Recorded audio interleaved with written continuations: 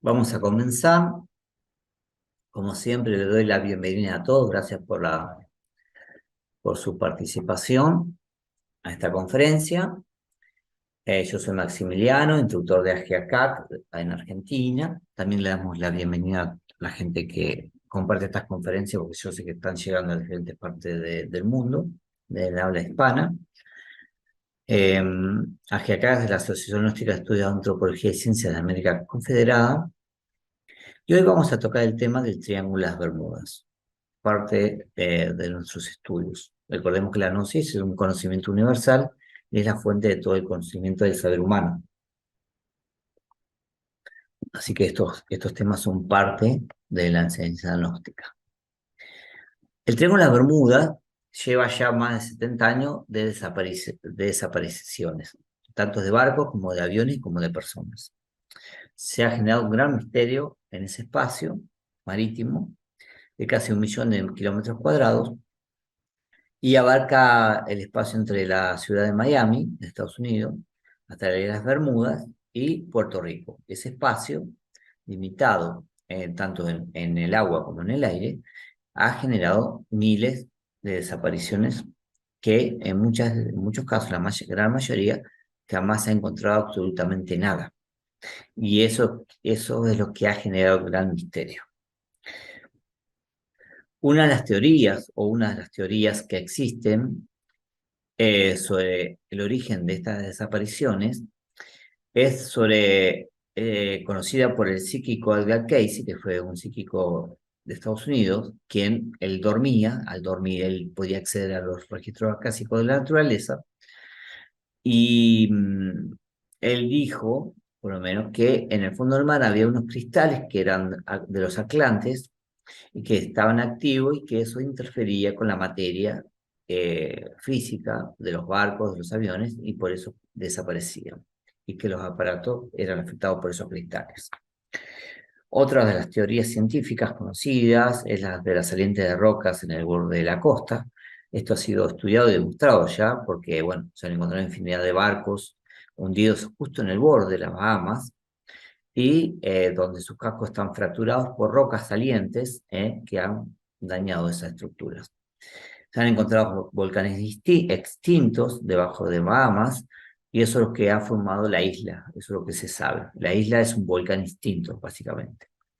Eh, Hay zonas con mesetas y acantilados, así como hay en el Mar de Plata, en nuestra ciudad, que hay todo digamos, una geografía única, muy particular del lugar, muy especial, que está día a día está siendo estudiada. Se han encontrado depósitos de minerales que afectan, digamos, la estructura del mar, magnéticamente. Entonces, los científicos a eso lo llaman fumarolas negras, que pueden de alguna manera interferir en la materia. Hay muchas fuerzas naturales, como remolinos, que succionan en ese espacio del Océano Pacífico y que también se relacionan con desapariciones. Los agujeros azules son como ojos de agua gigantes, muy profundos, que todavía no son estudiados. El hombre no ha podido llegar a su profundidad, pero sí se han encontrado cavernas y una gran estructura interna, y lo relacionan con muchas desapariciones. Las olas solitarias, que son olas gigantes de más de 30 metros, que se han estudiado por varias universidades, que, bueno, originan varias desapariciones de barcos, por ejemplo. Otra teoría es el hidrato de metano, que es una descomposición de las algas, los peces, los minerales que hay ahí en el mar, y que alteran en la densidad del agua. Esto ha sido muy estudiado, se han hecho experimentos. Este gas metano genera como burbujas dentro del agua, se genera como un espacio, una estructura interna en el agua, y esto puede explotar.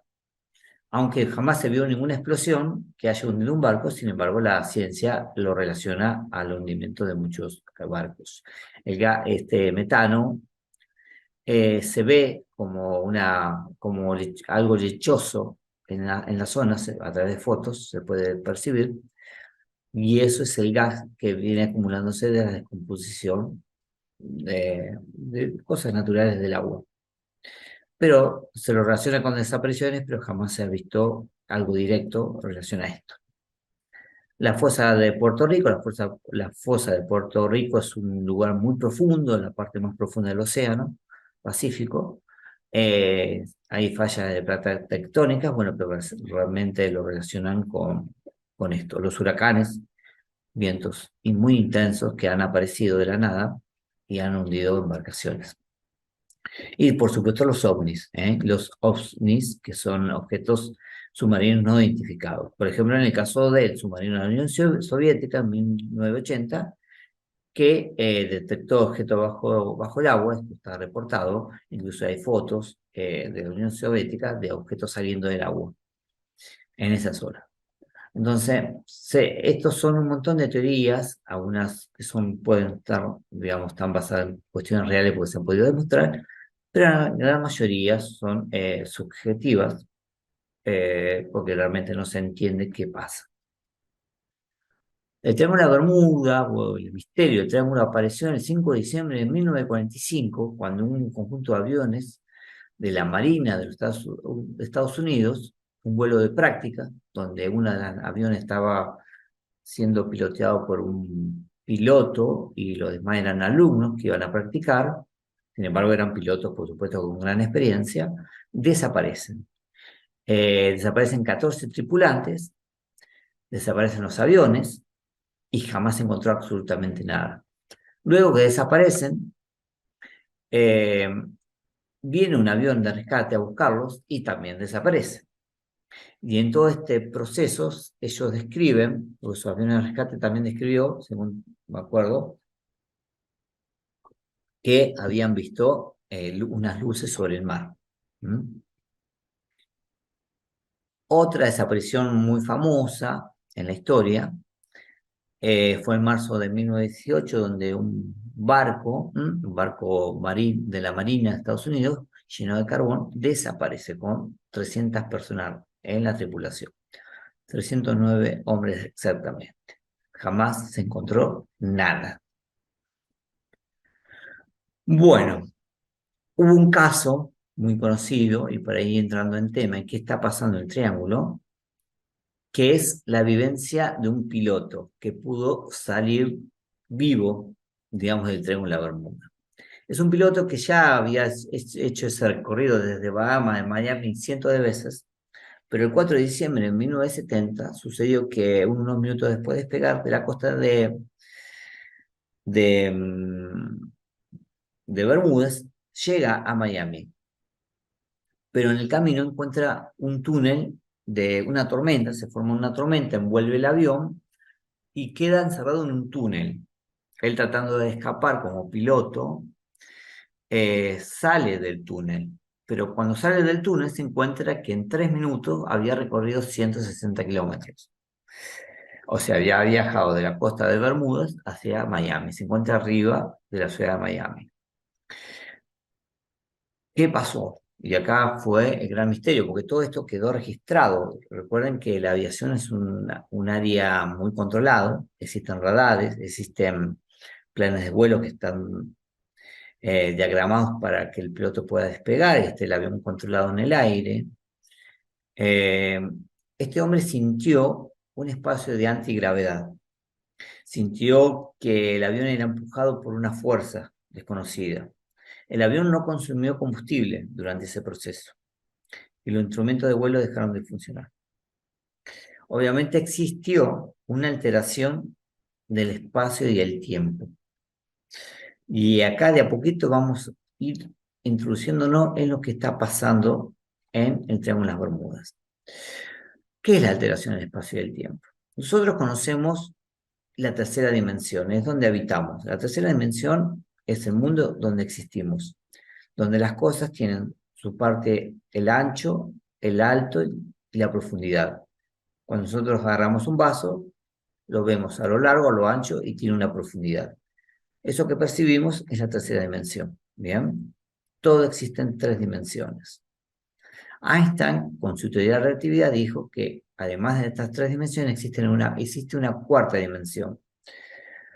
Esa cuarta dimensión, o 4 dimensiones, es conocida como el espacio y tiempo. El espacio y tiempo como algo integral, no como dos cosas distintas, sino que funcionan una con la otra. Entonces, en ese espacio y tiempo dice que si uno pudiera entrar en esa cuarta dimensión, se alteraría el espacio y el tiempo y la realidad física se percibiría de una manera distinta. Podrían ocurrir cosas que en la realidad física son imposibles de ocurrir. ¿Mm? Este fue el caso del piloto, que él entró en ese espacio, en esa dimensión donde el espacio y el tiempo fue alterado, y el caso del hombre chileno, que como le había pasado el video, aquel que no lo vio me lo puede pedir, donde el hombre, un hombre en Chile, sale de su casa a la mañana a trabajar y cuando vuelve habían pasado 8 años. ¿Para quién había pasado ya 8 años? Para la familia, no para él. Para él, él había ido a trabajar y vuelto a su casa a la tarde, pero en la familia pasaron 8 años.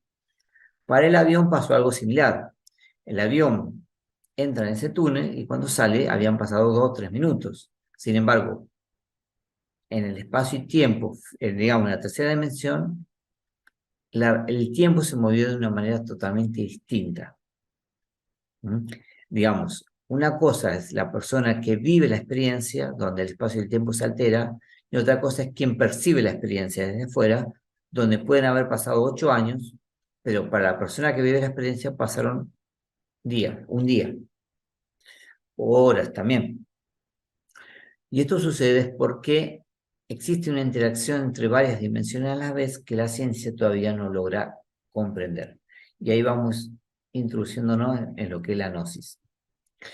Einstein dijo que existe una ecuación conocida como la energía igual a la masa por la velocidad de la luz al cuadrado, pero básicamente esta ecuación simplifica que todo el universo es energía y que esa energía se va condensando en diferentes cosas y genera su particularidad. Por ejemplo, ¿qué diferencia hay entre un vaso y la madera? La única diferencia es que la vibración de las moléculas del vaso son diferentes a la de la madera, pero ambos son energía, porque están compuestos por moléculas, átomos, y el átomo es algo vacío. El 90% del átomo es vacío. Entonces ese átomo, esa energía, se condensa de determinada manera que forma la estructura de un vaso o la madera, o una silla, o un auto, o una célula. Ahora, cuando nosotros percibimos el universo, como les decía, nuestros ojos perciben el 4% de lo que existe del universo. Nosotros cuando vemos un árbol, vemos el 4% de lo que es el árbol, porque nuestros ojos no pueden percibir más aún. Y esa luz, o esa energía, que básicamente es luz, es una forma de luz, la luz es un tipo de energía, ¿cómo la percibimos? Cuando nosotros vemos una galaxia, a la noche, o una estrella, nosotros vemos eso, pero esa luz que viaja hacia nuestros ojos, llega al planeta y llega a nuestros ojos, puede llegar 20, 200, 2000 años tardes, porque lo que estamos viendo nosotros no es la luz del momento, sino es 2000 o 3000, 4000 años tarde, cómo era esa estrella. O 25.000 años luz, le dicen. ¿Por qué? Porque esa luz que viaja en forma de partículas conocidas como fotones, son como grajea de luz, ellas no viajan en el mundo físico, sino viajan en otro espacio y tiempo, donde esa partícula para ella no pasó 25.000 años, pero sí para el que percibe el fenómeno desde afuera, pasaron 25.000 años. Y esto es lo que representa la teoría de relatividad. Para el que vive el fenómeno, está como congelado en el tiempo, pero para el que lo percibe, el tiempo varió. Porque en la cuarta dimensión, el tiempo y el espacio no es la percepción que tenemos en una tercera dimensión. Simplemente algo sencillo, lo estoy tratando de explicar de forma sencilla, es lo que explica la teoría de la relatividad. Ahora, ¿qué sucede?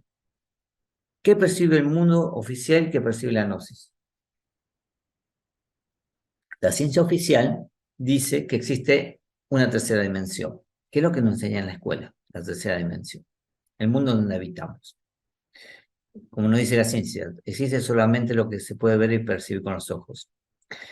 Pero eso representa el 4% del universo atómico, molecular. Hay un 96% que es energía oscura, lo llama la ciencia, materia oscura. Aunque no se puede explicar qué es ni cómo está compuesta, se habla sobre algo que existe, pero no se puede ver ni explicar. Lo llaman energía oscura, porque no la perciben con ningún instrumento. La gnosis explica algo de cómo, o sea, la gnosis y las antiguas culturas dicen que el universo es una cosa totalmente distinta. Para explicarlo, lo voy a hacer en forma sencilla, aunque esto es una clase muy profunda. Imaginemos que Dios o esa conciencia universal, esa matriz universal, de la cual voy a hablar también la física cuántica, nosotros lo definimos con el absoluto, ese sol de energía. Decimos que ese absoluto un día despierta. Ese proceso se llama Maha Kalpa. Lo llamamos en hindú como el día cósmico. El día cósmico. Brahma despierta. Cuando despierta Brahma, lo primero que se genera es el sonido. Fíjense que en la Biblia habla del verbo, que fue el primero que apareció el verbo. El verbo era con Dios y todo fue creado. El verbo es una forma de representar el sonido. Esto no fue inventado por la Biblia, sino que fue copiado de otros libros sagrados, donde se habló siempre del sonido, como fuente de creación. Los hindúes lo llaman la nada Brahma, sonido del alma, de la conciencia. La nada representa el sonido, la palabra. Cuando ese sonido, esa vibración se genera desde el absoluto, lo que se genera luego es la luz. La vibración genera luz. Esa luz es lo que aparece en la Biblia como ese principio que dice, el primero era verbo y el verbo era con Dios, y después aparece, y Dios dijo, hágase la luz. El siguiente paso de creación. En realidad lo que está sucediendo es que Dios, o esa conciencia universal, se está desdoblando en diferentes tipos de energía. Cuando esa luz se produce, se genera, la siguiente fuerza que aparece es el calor, generado por el movimiento de la luz. Digamos, para que me entiendan, como la temperatura sería, aunque no es lo mismo, pero se genera como una temperatura. Estos tres principios fueron conocidos siempre como el Padre, el Hijo y el Espíritu Santo. Son tres fuerzas universales que se les fueron dando nombre en diferentes culturas, porque cada uno la entendió de diferentes maneras. Recuerden que cuando se habla de Cristo, Buda, etcétera, se los llama la iluminación, el iluminado.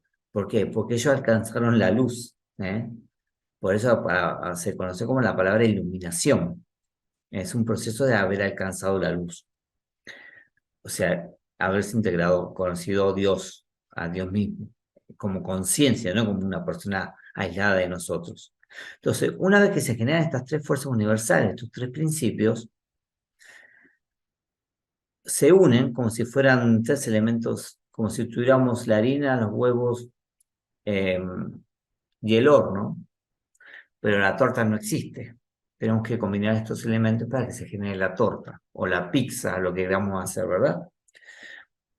Tenemos los componentes sueltos en vasos, pero no tenemos la cosa en sí. Entonces ahí se generan los diferentes tipos de niveles de creación, uniendo esas tres fuerzas. Estos tres principios, la ley del tres, conocida dentro del esoterismo, y ahí surgen las diferentes dimensiones. Por eso la Biblia dice que el universo se creó en 7 días, pero no son 7 días de 24 horas, sino la palabra día significa luz. Son 7 niveles de luz. ¿Qué es un día? Luz es eso. Tenemos que tener claro esos conceptos que a veces no, por el fanatismo religioso y la ignorancia que hay en la sociedad, a veces nos meten cosas en la cabeza que no tiene mucho sentido. Pero en realidad la palabra viene de ahí, día es luz. Entonces se crean diferentes niveles de luz, la tercera, la cuarta, quinta, sexta, séptima dimensión. La dimensión séptima es la primera en ser creada, y a medida que esa se fue condensando, como enfriando, como si esto fuera el vapor y más abajo se formara el agua y abajo se formara el hielo. O sea, se va condensando la misma energía, y esa energía, que es luz, se llega a convertir en la tercera dimensión. Pero lo que pasa en esta tercera dimensión es el efecto de todo lo que está pasando en otras dimensiones, y a la vez la tercera dimensión afecta a todas las dimensiones superiores. Estas dimensiones tienen diferentes nombres de acuerdo a las culturas que queramos estudiar. La tercera dimensión se llama el mundo físico y la cuarta el mundo etérico, o el espacio y tiempo, o el hiperespacio. Tienen diferentes nombres. De todo esto que existe, percibimos solamente un 4% de la tercera dimensión, o sea, nosotros percibimos un pedacito de esta realidad, porque percibimos la luz. Recordemos que nuestros ojos no perciben las cosas, perciben la luz reflejada en las cosas. Si yo veo una mesa, veo la luz reflejada en la mesa. Si apago la luz de mi casa, la mesa no la puedo ver, porque lo que percibo es la luz. El ojo humano percibe luz, nada más. Entonces, ¿qué pasa en el Triángulo de las Bermudas? En el Triángulo de las Bermudas sucede que entre la cuarta y la tercera dimensión hay un vórtice. Acá hay como agujeritos donde las energías fluyen, las fuerzas fluyen.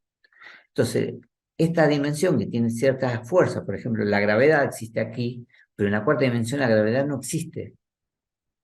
Entonces, si yo tiro un vaso en la tercera dimensión se cae al piso, pero si lo tirara en la cuarta dimensión el vaso se cae al piso.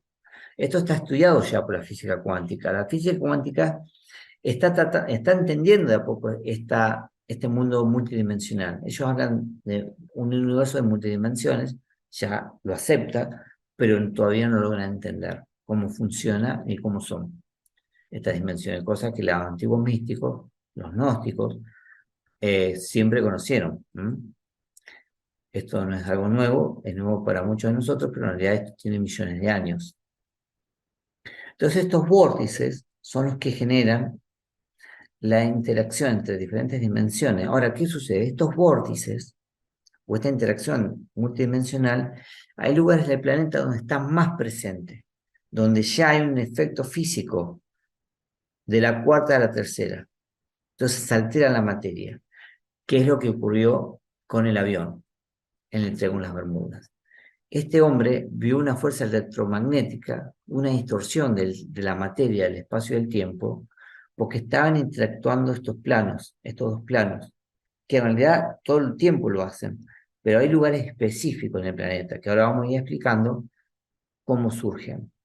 Entonces la materia se altera, el avión entra en una cuarta dimensión, vuela, y cuando entra a la tercera de nuevo, viajó 160 kilómetros en 3 minutos, porque hubo una distorsión del espacio y del tiempo.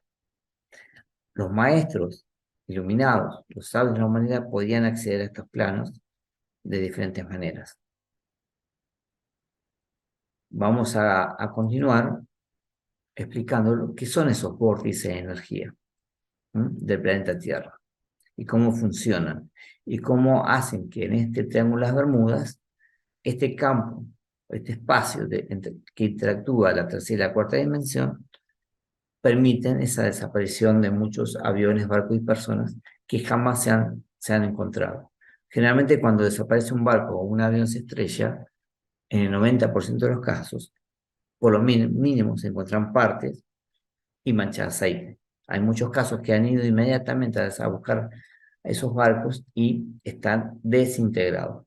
Incluso hubo casos muy extraños porque se han encontrado un barco gigante, un barco muy grande, que desaparece en una zona y al lado de ese barco, a uno muy cercano, había lanchas, había otros barcos más pequeños y esos no fueron afectados. Es como que algo pasaba en un sector y que esa gente no pudo detectar ni ver y el barco se desintegró, como si se lo hubiera comido el mar, la atmósfera. Y eso es porque entra en esta cuarta dimensión. Así que bueno, vamos a ir explicando un poquito qué sucede con estos vórtices de energía. Todo bien. Bueno, acá me dice, ¿se entendió? Bueno, vamos a seguir. Después al final cualquier cosa me consulta. Bueno, decíamos que en este puente entre la cuarta y la tercera dimensión se genera como un vórtice de energía, como un canal, como un agujero. En realidad no es un agujero, sino que todas las dimensiones están integradas una sobre la otra, pero el problema es que nosotros no las vemos. Entonces, nuestros ojos solo pueden captar una frecuencia menor, incluso personas como yo que usan lentes, peor, ven menos que de la tercera dimensión real, porque hay cosas que yo no veo. O sea, porque ya mi ojo está afectado biológicamente, porque tengo una enfermedad en el ojo, como una miopía, etc. Estos vórtices de energía fueron siempre estudiados. En realidad todas las grandes culturas hindúes y egipcias lo conocían, el misticismo antiguo lo conocían. La ciencia de lo que es historia descubrió más de 3.300 lugares históricos que están sobre estos vórtices de energía en el planeta. Estos vórtices de energía existen en muchos sectores del planeta Tierra. Fueron estudios, bueno, si uno quiere investigar, fueron estudios basados en un trabajo que hizo Ivan Sanderson, un biólogo y escritor, en la década del 60, donde después tres rusos tomaron ese trabajo, lo ampliaron, y luego, más adelante, otra persona, un profesor de diseño industrial de la Universidad de Illinois y una profesora de antropología, tomaron esa investigación y la continuaron. Y dibujaron un mapa de cómo es esa geometría del planeta donde se encuentran esos vórtices de energía por diferentes anomalías que fueron encontradas. Y después hubo otro investigador, un arqueólogo amateur inglés, que se dio cuenta de algo, que todas las ciudades que caían sobre esa línea en forma alineada, recta, todas tenían un nombre basado o terminación en el nombre de la palabra ley. O sea, todas esas ciudades terminaban con el término ley, que le llamó la atención. O sea, eran ciudades que estaban a grandes distancias, donde no había tecnología, no había aviones, no había autos, no había nada en ese momento. Sin embargo, daba la sensación que de alguna manera se estaban comunicando y todas tenían un nombre madre, matriz. Estas fueron conocidas en Inglaterra, en la parte de los ingleses, como las líneas ley. Que eran patrones de energía terrestre que se conectaban con varios sitios sagrados. En todas esas líneas, en todo ese mapa, digamos, campo electromagnético en el planeta, que existe como un esqueleto de energía, hay más de 3.300 lugares históricos. Entre ellos, ¿qué tenemos? Se encuentran pueblos, lugares de interés cuyos nombres, como le explicaba, terminan con la palabra ley. Y todavía esa tradición, yo se lo noté acá, esa tradición existe todavía, y uno de los famosos complejos de fútbol, llamado la Catedral del Fútbol, la llaman, el estadio de Wembley, se encuentra en Londres, y termina con la palabra ley al final porque se encuentra sobre las líneas magnéticas. Entonces van a encontrar que en muchos sitios terminan con ese término por la línea magnética. Ahora, ¿qué sitios podemos encontrar en esos lugares? Anteriormente les digo, antes de esto, ¿cómo se llamaban esas líneas anteriormente? Porque como les decía, esto ya se conocía. Los irlandeses las llamaban la ruta de las hadas, los alemanes las llamaban las líneas sagradas, los griegos las llamaban los caminos sagrados de Hermes, recuerdo que Hermes era un dios, los antiguos egipcios las llamaban vías de Min, era el dios de la fertilidad masculina, esto no es casualidad, tiene que ver con la creación, el desarrollo sexual, etc. Los aborígenes la llamaban ruta de ensueño. Los antiguos habitantes de la Polinesia la llamaban Telapa, traducido significan líneas de la luz, de luz. Los habitantes de Hawái, por ejemplo, de la isla de Pascua, los llaman hilos de acá, hilos acá, hilos acá. Los incas construyeron centros sagrados, por ejemplo, en todas esas líneas, donde convergen todas las líneas en la pirámide del Sol, en Cusco. Los mayas las llamaban Sacdes, llamaban a todo ese sector donde estaban las líneas. Los chamanes de las tribus de Estados Unidos las llamaban las líneas de Orenda y Manitau. Y los chinos también le pusieron nombres, por ejemplo, las corrientes de dragón, el Lumei, etc. O sea, decían que toda la tierra está totalmente conectada, como sucede con el cuerpo, con las líneas de acupuntura. Entonces estas líneas eran conocidas, siempre fueron conocidas. La ciencia lo único que estuvo haciendo es redescubrir lo que ya se sabía. ¿Qué se hacía en esas líneas? Por ejemplo, vemos el mapa, y estos son el mapa de esas líneas, del campo magnético de la Tierra. En cada punto hay un lugar específico, entre ellos el Triángulo de las Bermudas. El Triángulo de las Bermudas es un punto de conversión de esas líneas. Y los demás puntos, ¿qué hicieron? Oh, casualidad, no hubo cultura, México, Egipto, la India, etcétera, que haya quedado un monumento o una pirámide en ese sector. En esta foto se muestra con claridad que en realidad la matriz de la creación, del conocimiento que ellos tenían, era la misma, era siempre igual. ¿Y por qué? Porque tenían una conexión única, aunque la antropología, la ciencia oficial dice que esto es imposible porque no había forma de comunicarse entre ellos, porque no existía comunicación. Entonces tenemos que replantearnos la historia de la humanidad, si todo lo que nos contaron es real. Parece que no. Los vórtices de energía en esos lugares se crearon, como decían, las pirámides, se encuentran el mismo conocimiento, hasta las mismas figuras.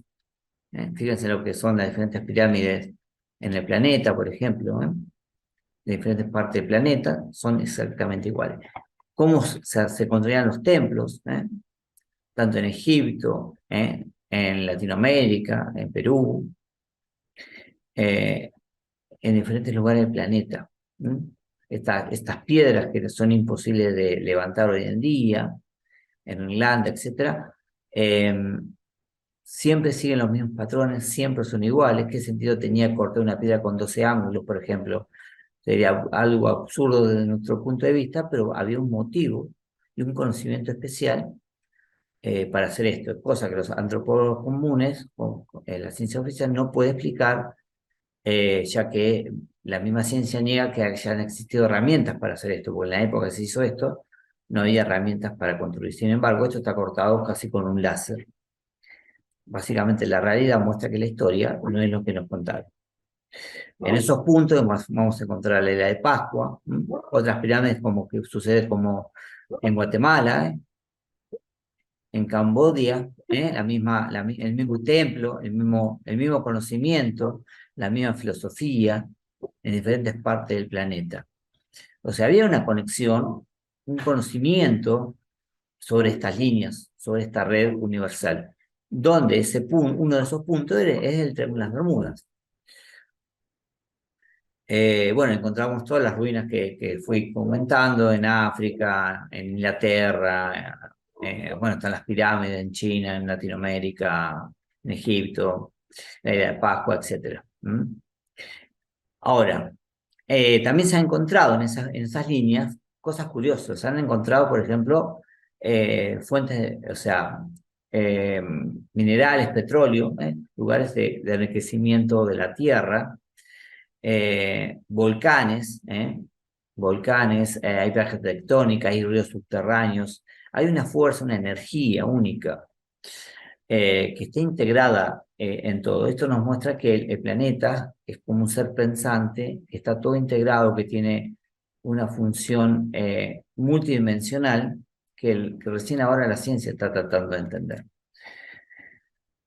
Esto lo graficaban las antiguas culturas, entre ellos los nórdicos. Los nórdicos tenían este Aximundi conocido que decían que las diferentes dimensiones o mundos, el cielo, el mundo creado, la tierra y el mundo interior, el inframundo, etcétera, el infierno, etcétera, estaban totalmente integrados, que todos eran uno, que todos eran parte de la misma matriz. Si nosotros viéramos el universo y viéramos una neurona, se verían así.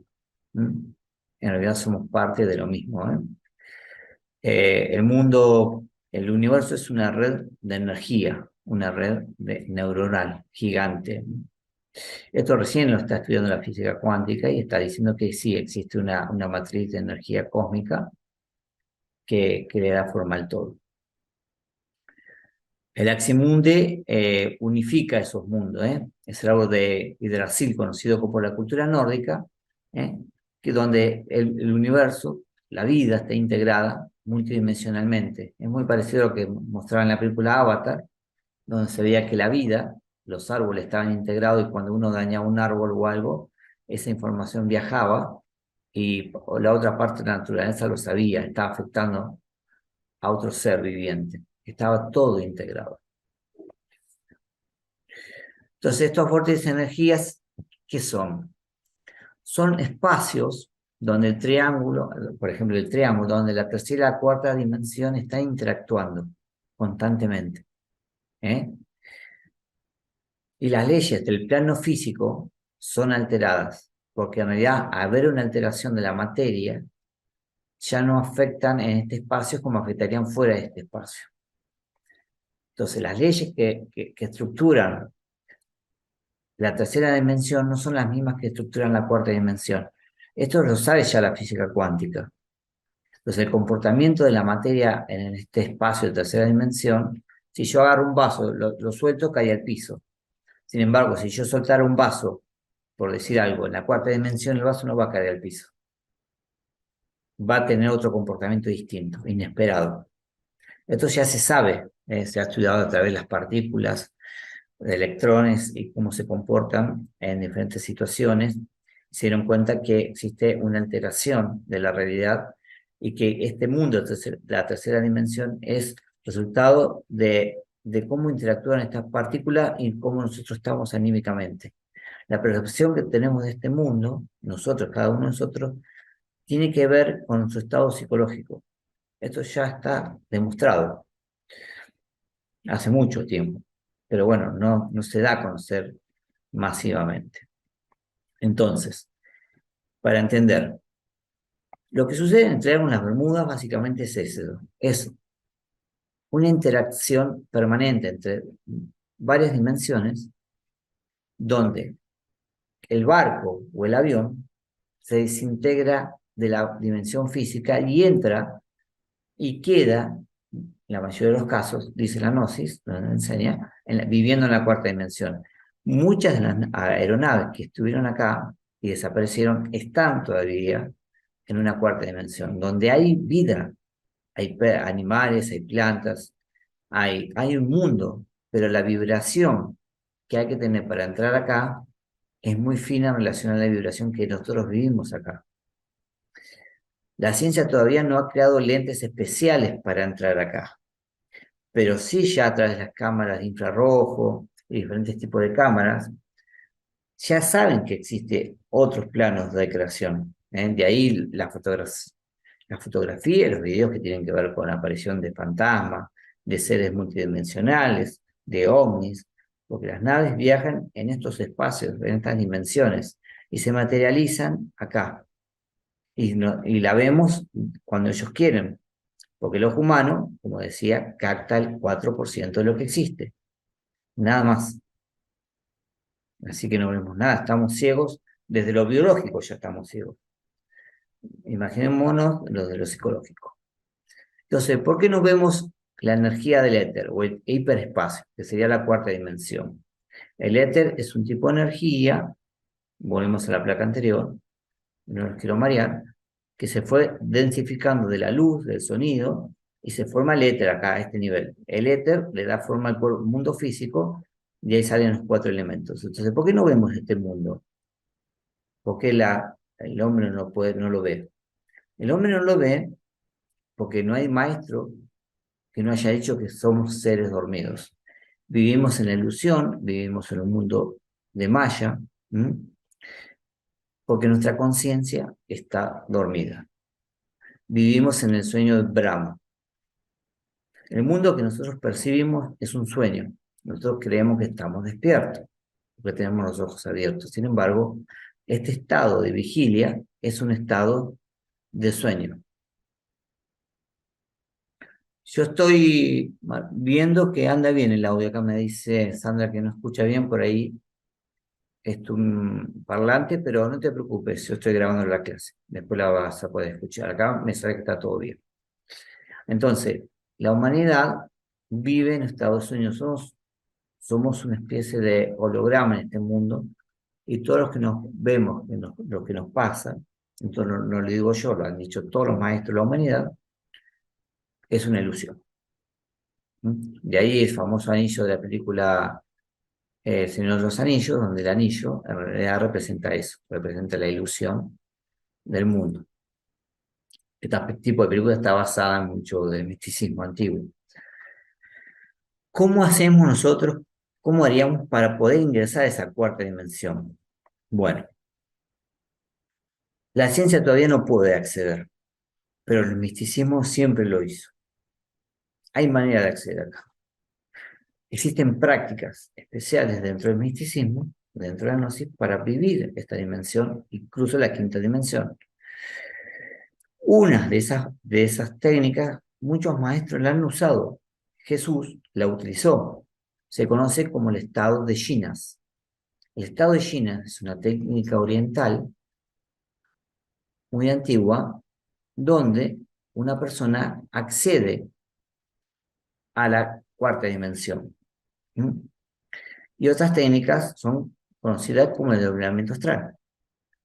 Todas estas técnicas fueron entregadas en otras clases donde se habló específicamente de estos temas. Dejé varios manuales donde se hablan de estos temas y se dan las prácticas que muchos maestros han entregado. Cuando Jesús caminó en el agua, lo que hizo Jesús, y muchos maestros de Oriente lo hacen, es meter su cuerpo físico en la cuarta dimensión.